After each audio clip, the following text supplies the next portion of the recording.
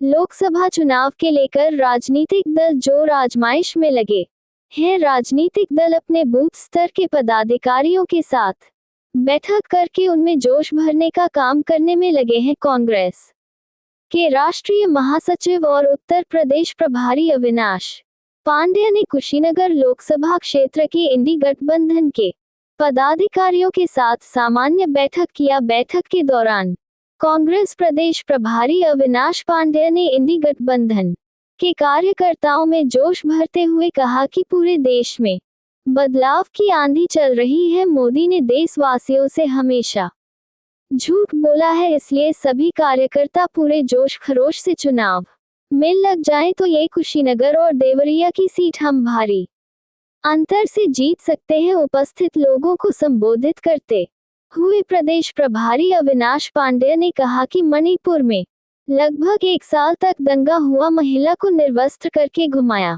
गया, लेकिन देश के प्रधानमंत्री ने इस पर एक शब्द नहीं बोल पाए, जबकि राहुल की दादी और पिता ने देश की एकता अखंडता के लिए प्राण दिया है, इसलिए शहीद का सम्मान करना चाहिए।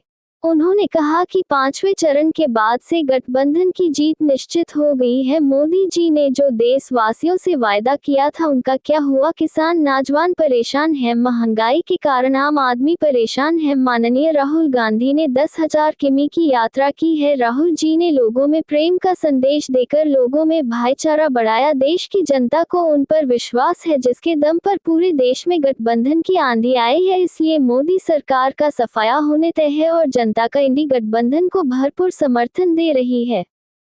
देश के किसान निकलकर सड़कों पर 8 महीने से भी ज्यादा समय संघर्ष करता रहा, लेकिन माननीय मोदी जी के कानों में क्यों नहीं रहेंगे। लेकिन कांग्रेस के और समाजवादी अन्य सभी विरोधी दलों के साथ, विपक्षी दलों के साथ नेतृत्व में कांग्रेस के जो किसान यूनियन है उसके नेतृत्व में इस आंदोलन के चलते उन्हें एक काला कानून वापस लेना पड़ा।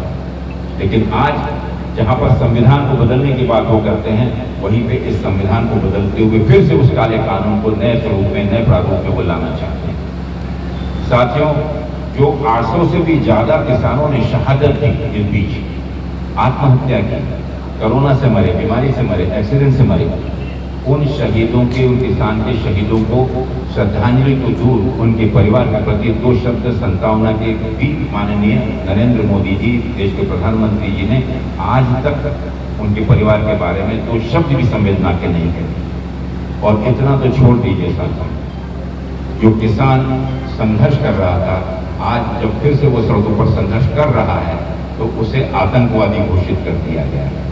जब इस देश का पालक, इस देश का जो इस देश का पेट भरता है, उस किसान को भी अगर आप आतंकवादी कहकर और देश निकाला और जेल में डालने की बात जब कहेंगे तो आप समझ सकते हैं कि लोकतंत्र की क्या अवस्था है।